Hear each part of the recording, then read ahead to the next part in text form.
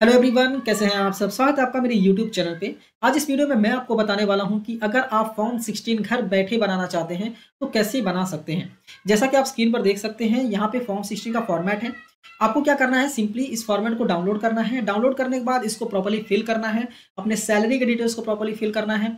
Fill करने के बाद इसका जो प्रिंट आउट है, प्रिंट आउट निकालना है और उसके बाद साइन एंड स्टैम्प कर लेना है, तो आपका फॉर्म 16 रेडी हो जाएगा। ठीक है, इस वीडियो में मैं आपसे डिस्कस करने वाला हूं कि ये फॉर्मेट को फिल कैसे करते हैं सही तरीके से।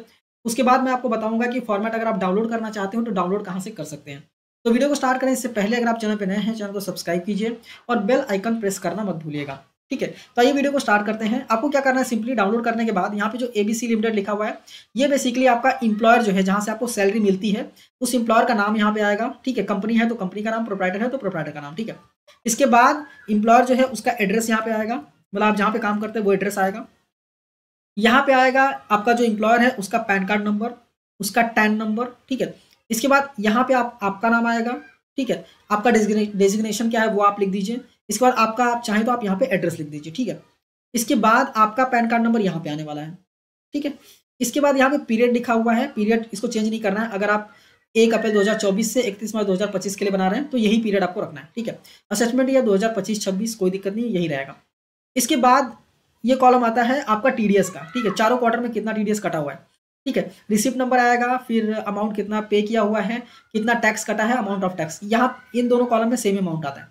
ठीक है, इसके बाद यहाँ पे आएगा कि 12 मंथ में कितना टैक्सेस कटा हुआ है, मतलब 12 मंथ में कितना टैक्स डिपॉजिट हुआ है, बीएसआर कोड, फिर यहाँ पे date on which tax deposited, फिर चालान नंबर। ठीक है, तो ये सारी डिटेल्स आपको यहाँ पे फिल करने हैं।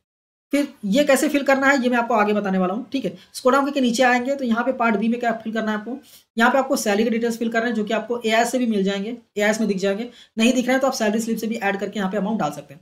जैसे ही आप यहाँ पे अमाउंट डालेंगे, ठीक है, ये न्यू टैक्सिज्म का फॉर्मेट है। ठीक है, आपको ओल्ड टैक्सिज्म का फॉर्मेट चाहिए तो वो भी आपको मिल जाएगा, वो भी रेडी है। ठीक है, अभी ओल्ड टैक्सिज्म को भी कैसे फिल करना है, ऐसे ही फिल करना है जैसे मैं बता रहा हूँ ना, सेम सेम वैसे ही फिल करना है। ये न्यू टैक्सिज्म का है, तो आपको क्या करना है, बेसिकली यहाँ पे सैलरी फिल करना है। सैलरी फिल करने के बाद अगर आपके पास परक्विजिट कोई मिला हुआ है तो वो आप डालिए, अदरवाइज इसको 0 0 रहने दीजिए। जैसे आप अमाउंट यहाँ पे डालेंगे ना, स्टैंडर्ड डिडक्शन ऑटोमेटिकली कैलकुलेट करके आएगा, जो कि 75,000 है। इसके बाद ये डिडक्ट हो जाएगा। डिडक्ट होने के बाद यहाँ पे न्यू टैक्सेस में जो डिडक्शन अलाउड है वो सारे यहाँ पे लिखे हुए हैं। ठीक है, इनमें से कोई भी डिडक्शन आपके पास है तो अमाउंट आप यहाँ पे डाल दीजिए।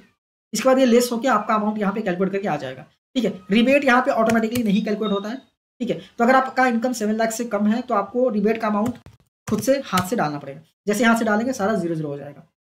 ठीक है, तो यहाँ पे मान लीजिए अगर मेरा इनकम 15 लाख रुपए है, मैं यहाँ पे 15 लाख डालूँ। ठीक है, जैसे ही मैं 15 लाख डालूंगा, स्क्रॉल डाउन करके नीचे आएंगे, 75,000 ऑटोमेटिकली डिडक्ट होगा। यहाँ पे कोई भी अमाउंट है, मान लीजिए यहाँ पे इंप्लॉय ने कॉन्ट्रीब्यूशन किया है 14%। ठीक है, मैं डायरेक्ट कैलकुलेट नहीं कर रहा हूँ, सीधा मैं एक अमाउंट डाल देता हूँ। फॉर एग्जाम्पल 1 लाख रुपीज बनता है 14%।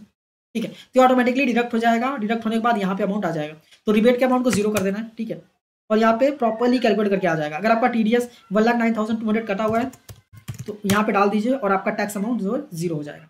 ठीक है, तो उम्मीद करता हूँ इतना आपको समझ में आ गया होगा। ये जो फॉर्मेट है ये फुल्ली एडिटेबल है। ठीक है, यहाँ पे आप कुछ भी एडिट कर सकते हो, कोई दिक्कत नहीं है। ठीक है, यहाँ पे आप सेक्शंस को एडिट कर सकते हो, कुछ सेक्शंस ऐड करने हैं, रिप्लेस करने हैं, वो भी आप कर सकते हो, कोई दिक्कत नहीं है। फुल्ली एडिटेबल फॉर्मेट यहाँ पे आ जाता है। ठीक है, एग्जाम्पल लेते हैं, आपका इनकम 7 लाख रुपीज है।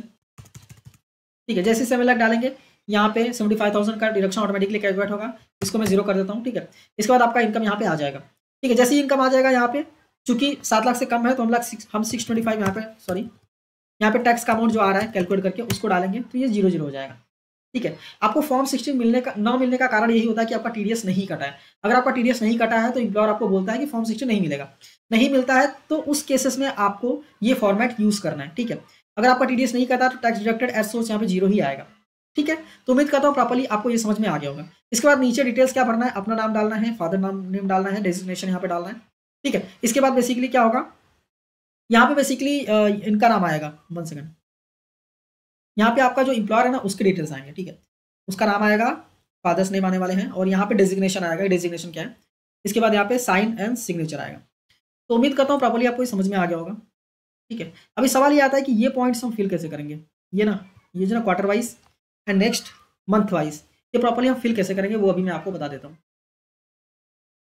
आपको क्या करना है, आपको इनकम टैक्स के पोर्टल पे आना है। ठीक है, लॉगिन करना है। लॉगिन करने के बाद आपको ई फाइल सेक्शन में जाना है, इनकम टैक्स रिटर्न, और व्यू फॉर्म 26 पे क्लिक कर देना है। ठीक है, और यहाँ कन्फर्म पे क्लिक करना है। जैसे ही क्लिक करेंगे नया पेज ओपन हो जाएगा, यहाँ पे क्लिक करना है और प्रोसीड करना है। इसके बाद view tax credit form 26S जो लिखा है इस पे आपको क्लिक करना है, ठीक है। जैसे क्लिक कर देंगे यहाँ पे आपको असेसमेंट ईयर चूज करना है, ठीक है। 25-26 1 सेकंड, ठीक है, हम यहाँ पे 25-26 चूज कर लेते हैं। इसके बाद यहाँ पे व्यू एज एचटीएमएल करना है और आपको व्यू डाउनलोड पे क्लिक कर देना है।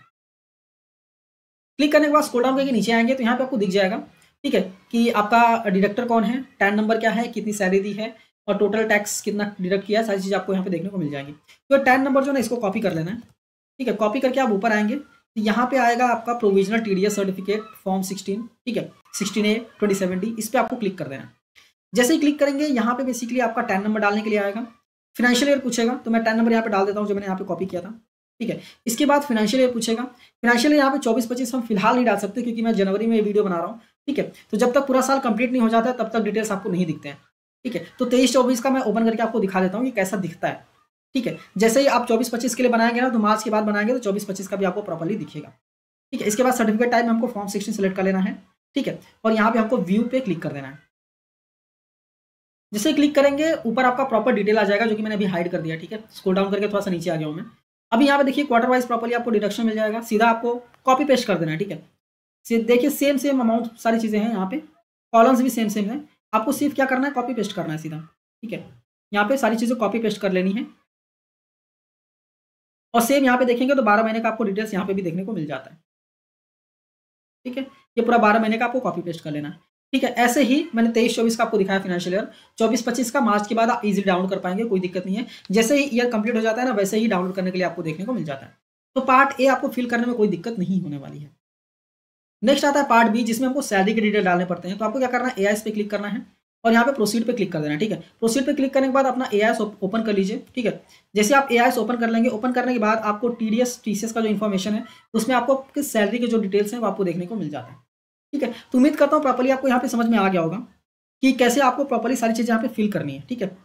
अभी इसके बाद अभी सवाल आता है कि डाउनलोड कैसे करना है, आपको फॉर्म 16 अगर आप डाउनलोड करना चाहते हो तो कैसे करना है। आप ओल्ड टैक्स रिसीम न्यू टैक्स रिसीम दोनों का डाउनलोड कर सकते हैं, कोई दिक्कत नहीं है। आपको क्या करना है, सिंपली मैं लिंक दे दूंगा एक वीडियो के डिस्क्रिप्शन में, जिस पे क्लिक करना है, क्लिक करके मेरा वेबसाइट ओपन हो जाएगा और वहाँ पे आप बेसिकली डाउनलोड कर सकते हैं, ठीक है।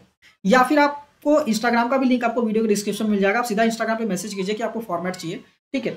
तो मैं आपको वहाँ पे सेंड कर दूंगा या फिर मैं मेरा व्हाट्सअप नंबर आपको दे दूंगा सो दैट कि हम व्हाट्सअप पे शेयर कर दें, ठीक है। ये जो फॉर्मेट है ये फॉर्मेट आपका पेड फॉर्मेट है, ठीक है, और स्मॉल नॉमिनल चार्जेस ही रहेगा इस फॉर्मेट का। तो उम्मीद करता हूँ प्रॉपर्ली आपको समझ में आ गया है। हाँ, एक अनाउंसमेंट है, हम म्यूचुअल फंड में इन्वेस्टमेंट्स भी करवाते हैं, ठीक है। तो अगर आप म्यूचुअल फंड में इन्वेस्टमेंट करने के लिए इंटरेस्टेड हैं तो डेफिनेटली आप हमसे कॉन्टैक्ट कर सकते हैं।